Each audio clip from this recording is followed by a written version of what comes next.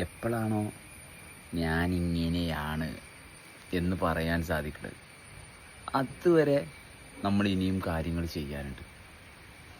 കാരണം നമുക്ക് അത് പറയാൻ പറ്റാത്തതും, അത് പറയുമ്പം നമ്മളിൽ ഫ്രിക്ഷനും പ്രഷറും കൂടുന്നുണ്ടെങ്കിലും നമുക്ക് ചുറ്റുപാടുമായിട്ടുള്ള അവസ്ഥയിലൂടെ നമ്മളെ തിരിച്ചറിഞ്ഞ ഭാഗം നമ്മളിലുണ്ട് എന്നാണ്. മറിച്ച് ഞാനിങ്ങനെയാണ് എന്ന് പറയുമ്പോഴും പറയാതിരിക്കുമ്പോഴും ഇങ്ങനെ ഫ്രീ ആയിട്ട് നമ്മളെ അനുഭവിക്കുന്ന ഒരു ഭാഗം ഉണ്ടെങ്കിൽ അവിടെ പിന്നെ ഒന്നും ചെയ്യാനില്ല. പിന്നെ അത് മെയിൻറ്റെയിൻ ചെയ്യുക എന്നുള്ളത് മാത്രമേ ഉള്ളൂ. മറ്റേത് നമ്മൾ ഞാനിങ്ങനെയാണെന്ന് പറയാൻ മടിക്കണ്, ചിലത് കൈവിട്ട് പോവോ, അല്ലെങ്കിൽ ഞാനിങ്ങനെയാണെന്ന് സ്ട്രോങ് ആയിട്ട് പറയാൻ നോക്കണ്.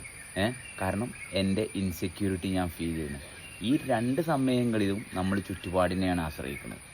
മറിച്ച് ഞാനിങ്ങനെയാണ് അത് പറഞ്ഞു കൊടുക്കേണ്ട ആവശ്യം പോലും ഇല്ലാത്തൊരവസ്ഥ നമുക്ക് ടച്ച് ചെയ്യാൻ സാധിച്ചു കഴിഞ്ഞാൽ പിന്നെ ഫ്രീയാണ്. അതിന് വേണ്ടിയിട്ട് നോക്കുക.